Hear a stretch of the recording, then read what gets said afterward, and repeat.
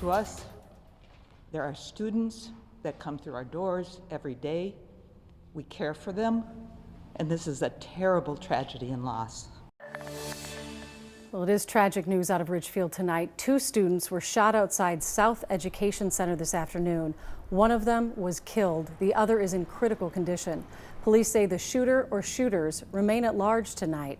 So far, police have not released a description of the suspects, but said they drove off right after the shooting. We have team coverage tonight of this tragedy, including reaction from parents. But first, let's start with Charmaine Nero, who has the latest on the investigation. Charmaine?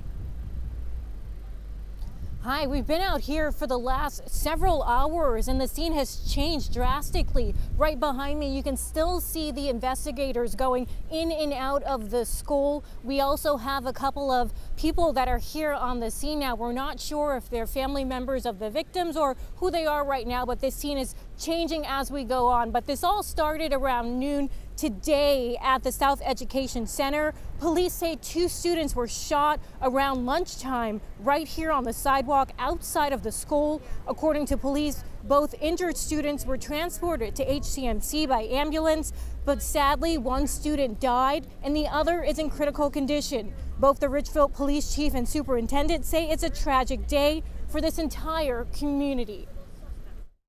It's with an exceedingly heavy heart that we learned earlier today there were shots fired outside the South Education Center near the front entrance. 2 students were injured. Our staff members and police responded immediately to the situation and followed our security procedures. Again, our hearts are with the families, students, and the community impacted by this horrendous and tragic event. Now, area schools were placed on lockdown as well as this school. We do know that those kids have since been released to their parents at a neighboring park nearby. We did run into 1 parent here, but we didn't see too many of them at this site. A lot of them were at that park. Right now, we do not have any suspect information that has been released. Back to you. Charmaine, thank you. Well, obviously, this has been a very hard day for parents as they waited to hear whether or not their child was safe. Devon Rahman continues our team coverage with reaction. Devon?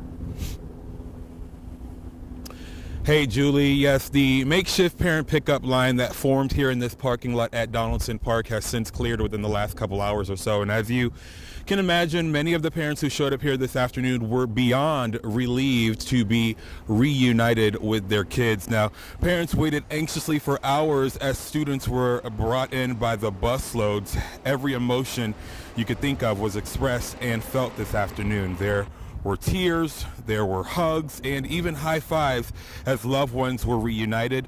We spoke with one parent named Mark, whose daughter is a student here, and he says this experience is beyond traumatic for the students who go here.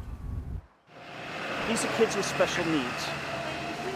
They struggle with discrimination.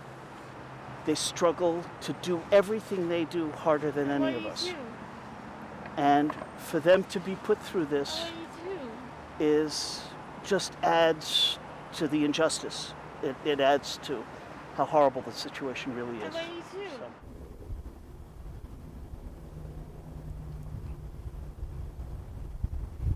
Now, Mark says he plans to resume normal activities as best as possible here this evening with his daughter, but he says it's going to take a couple days to process this and to really explain to her what took place, something many parents of these students are going to have to do here in the coming days. Back to you. Yeah, and he points out an interesting fact. The students they serve, they describe on their website, they say that they specialize in care for children who've been through trauma or have mental health issues or special needs. Our hearts go out to them tonight. Thank you, Devon.